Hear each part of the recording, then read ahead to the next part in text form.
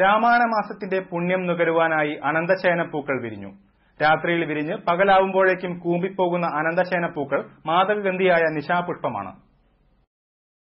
കള്ളിച്ചെടിയുടെ കുടുംബത്തിൽപ്പെടുന്ന സസ്യമാണ് അനന്തശയനം.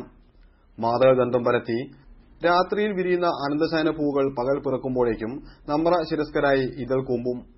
അതുകൊണ്ടുതന്നെ അനന്തശയനപ്പൂവിന്റെ സൗന്ദര്യം നുകരുവാൻ ഉറക്കമടച്ച് കാത്തിരിക്കണം. വെളുത്ത നിറത്തിൽ വലിയ പുഷ്പമായി വിരിയുന്ന അനന്തശയനം സുന്ദരിയായ പുഷ്പമാണ്. പുഷ്പത്തിന് നടുവിലുള്ള കേസരങ്ങൾ 1000 തലയുള്ള അനന്തശയനം പോലെ തോന്നിക്കുന്നതുകൊണ്ടാണ് ഈ പുഷ്പത്തിന് അനന്തശയനമെന്ന പേർ ലഭിച്ചത്. വിരിഞ്ഞു തുടങ്ങുമ്പോൾ തന്നെ പരക്കുന്ന മാതകഗന്ധം ഈ സുന്ദരിയെ വീണ്ടും പ്രിയപ്പെട്ടവളാക്കുന്നു. വർഷത്തിൽ 3 തവണ അനന്തശയനം പുഷ്പിക്കാറുണ്ടെന്ന് പഴമക്കാർ പറയുന്നു. വിഷ്ണുവുമായി ബന്ധപ്പെട്ട് കിടക്കുന്നതുകൊണ്ട് തന്നെ ഈ പുഷ്പം ഹിന്ദുമതസ്ഥരുടെ വീടുകളിൽ വളർത്തുന്നു. രാമായണ മാസത്തിന്റെ പുണ്യം നുകരുവാനായാണ് ഇത്തവണ അനന്തശയന പുഷ്പം വിരിഞ്ഞത്. News bureau, Kunnamangalam.